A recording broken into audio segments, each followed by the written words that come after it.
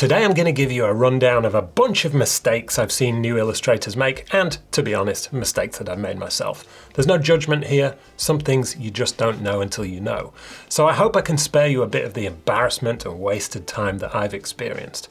Let me know in the comments if you've made any of these mistakes, or if you've got any more to add to the list. I'm James, an illustration agent, and I help illustrators build their careers. But before that, I had a short freelance career of my own, and looking back, it seems like I just stumbled from one mistake to the next, so believe me when I say I'm an expert in making mistakes. I think the biggest mistake I made was being too passive in how I approached actually trying to find work. When I was trying to find my own clients, social media wasn't what it is now. Instagram wasn't around, but Facebook was, and I think there were some genuinely good opportunities to find work on there at the time. There were also a lot of online portfolio sites for illustrators where you could upload your work too. So I had a simple portfolio website of my own. I also uploaded work to various online portfolio directories and posted on Facebook regularly too. I put my portfolio online in various places, then I assumed clients would find me. It was a passive approach, and I kept waiting for clients to find me, but that didn't work then, and it doesn't work now. Posting every day on social media seems like a good use of time, but it doesn't actually guarantee anyone who could hire you will see your work. If you want to find clients, you have to be active in seeking them out and sending your work to them directly. With so much competition and noise and distraction online, the chances of an art director finding your work are slim to none. The passive approach relies on luck, which you can't rely on. An active approach where you find clients that may be interested in your style and you send them your work directly by email means they almost definitely will see it. It doesn't guarantee that they're going to hire you, but you're taking the responsibility out of the hands of luck and into your own hands. If you send one email with a selection of your work to a client and you never email them again, you're also relying on luck in the timing of your introduction, hoping that the art director is looking for a style just like yours at the exact time you introduce yourself. Well, that's pretty unlikely. But if you keep in contact with those clients and send them new work every so often, you're again taking luck out of the equation and making it your responsibility to stay in that art director's consciousness and awareness, not so frequently that it becomes annoying, but not so infrequently that they forget who you are. If you demonstrate that you're committed over the long term and that you are consistently improving, when the right project does come along, they'll think of you. The thinking in marketing and advertising used to be that it would take 7 touch points with a consumer for them to take action, meaning they would, on average, only buy a product after seeing it advertised 7 times. Maybe they see it in a TV ad, hear a radio ad, drive past a billboard, and then see it in a print ad in a magazine. When they see it enough and become familiar enough and curious enough, only then will they look up the product and consider buying it. Nowadays, with social media and digital ads being as common as they are, there are even more touch points needed, as many as 12, I think. And this tracks with my own personal experience. I'm not clicking an ad on Instagram the first time I see it. But if I keep seeing it, and maybe I hear it mentioned on a podcast or wherever else, eventually I'll start to think, maybe I should look into this product. So keep this in mind when you're doing your client outreach. One email isn't enough. One email is nothing. It might as well be. It may take a few years of regular contact for a client to become curious enough about you to hire you. It's easy to lose the motivation to keep trying after, 4 or 5 tries with no reply from a client. But what if the 6th or the 7th is the one where they're finally ready to hire you? Don't give up. Take an active approach and don't wait for clients to find you. Here's another mistake, being fearful. This could mean many things. Fear of posting your work publicly, fear of failure, fear of making mistakes, fear of being rejected, fear of communicating with clients. All kinds of irrational and some rational fears can hold us back from chasing our dreams. But here's the thing, you will make mistakes, and probably a lot of them if you're anything like me. Hopefully not the mistakes in this video, but you'll find plenty more mistakes to make. That's how you learn.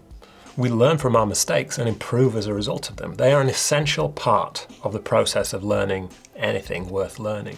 Some will be a bit embarrassing or time-consuming or occasionally expensive, but there's no life or death mistakes in the illustration industry. You can bounce back from an embarrassing mistake and you can apologize and fix things with clients. Don't let fear of making mistakes hold you back.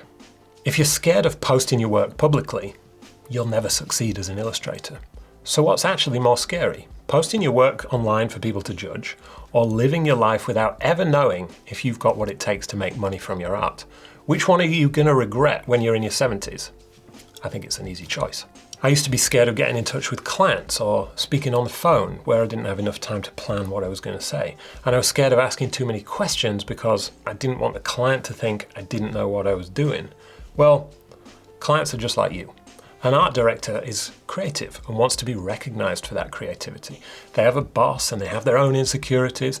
They also like working on fun projects with creative people, and they are generally very supportive when working with new artists.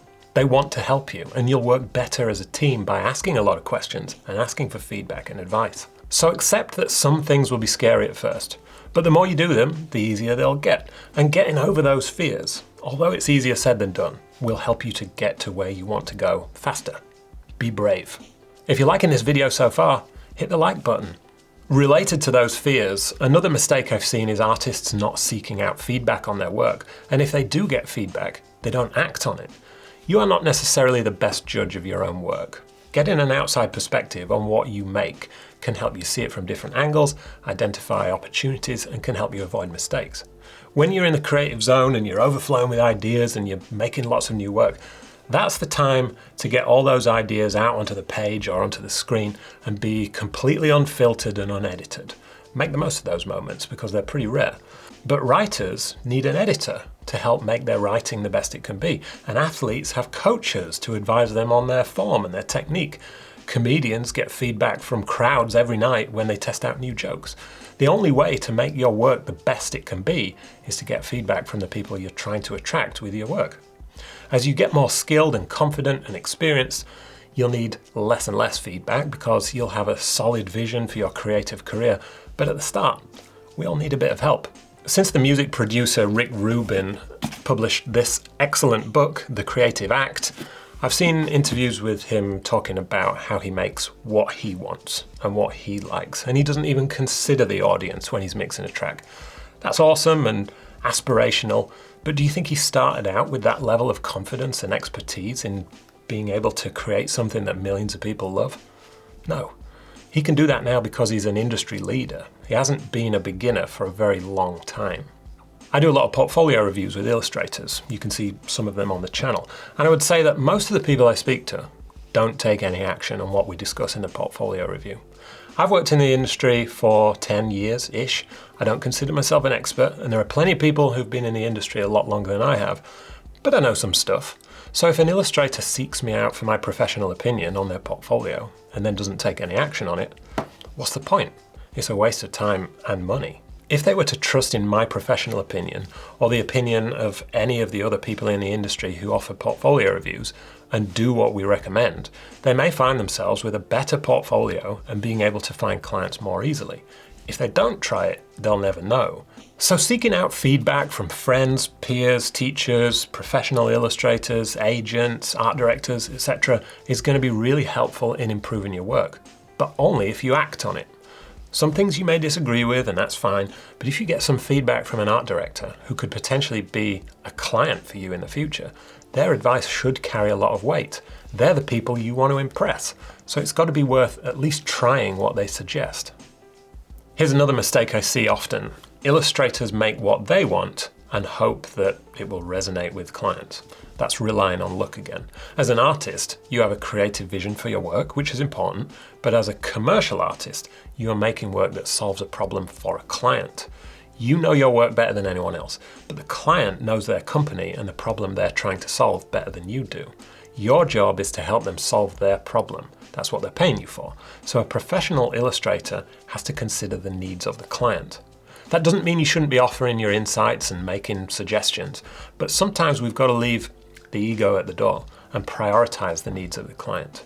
If you can solve problems for clients in the way they want, they'll love you for it. And as time goes on and you gain trust with clients and a great reputation, you'll get more freedom in your projects. Not always, but really skilled and experienced artists are trusted to know what works, and clients hire them because they're experts and they give them the creative freedom to do more of what they want. But you've got to earn that trust. Remember that a commercial illustrator is making work to solve a problem for a client, so you need to work as a team to solve that problem together. Something that's often overlooked by new illustrators is developing business skills. As a freelancer, you have to wear many hats: creative, project manager, marketer, bookkeeper, and all kinds of other things. The creative part is not the whole job. Having a portfolio of incredible work is useless if you can't market it on social media or otherwise. Getting clients is great, but keeping clients is going to be very hard if you neglect organization and communication and customer service. You may find yourself in a difficult position if you don't come to understand the fundamentals of copyright and contracts and making sure your rights are protected. Luckily, the business part is what this channel is all about, so don't forget to subscribe. But there's so many other free or cheap resources out there to learn about this kind of thing. The Association of Illustrators is going to be incredible for specific illustration industry related subjects like contracts and rights. You can listen to the Future podcast, that's Future without an E at the end. So many topics covered there for creative freelancers. There are a ton of books I could recommend too. Developing a Portfolio. This is How to Create a Portfolio and Get Hired by Fig Taylor. Kind of hard to get the print edition now, but you can get it on Kindle. Essentialism by Greg McKeown. That's like a work-life balance, I guess. The Illustrator's Guide to Law and Business Practice. That's for your legal stuff, contracts and copyrights. The Visual MBA gives you a good grounding of general business principles. The One-Page Marketing Plan by Alan Dibb. This is marketing. Obviously, it's a really great book. This is a great one on personal finance, which is, maybe not necessarily tied to your business, but really useful anyway. I fully recommend that. And, how did this get in here? That's embarrassing. The Illustrator's Guide is a finalist for this year's Business Book Awards. It might be worth a shot if you haven't read it already. Link in the description. So set aside some time to learn the basics of all the complementary skill sets a freelancer needs. You don't need to be an expert, but it would set you up for success if you have a good foundation in some of these business skills. I guess related to that, another mistake I see is that new illustrators try to get an agent too early in their career. And I completely understand why, because it seems like you can almost skip a few steps, and it means you don't have to learn a load of business skills that you might not be all that interested in. And it means you can concentrate on the creative part. It also means someone else is finding work for you. But even if you could find an agent as a brand new illustrator, which is fairly unlikely, you'd be missing out on a lot of opportunities to learn and become a better business person. You'd be assigning that responsibility to someone else, and you'd never learn how to survive on your own, which puts you in a kind of position of weakness. I think it's better to learn the ropes yourself and get a basic grasp on all the skills a freelancer needs first, then work with an agent on a more even footing as business partners. So there's 6 mistakes I've seen or made. Let me know in the comments if you'd like me to get into some more common mistakes in a future video. If I can help you avoid some pitfalls, I'll be happy, I'll have done my job.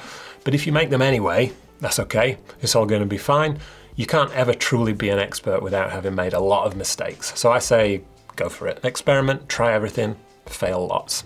If you liked this video, you might also like this one, which is a more in-depth look into when it's the right time to get an agent. See you next time.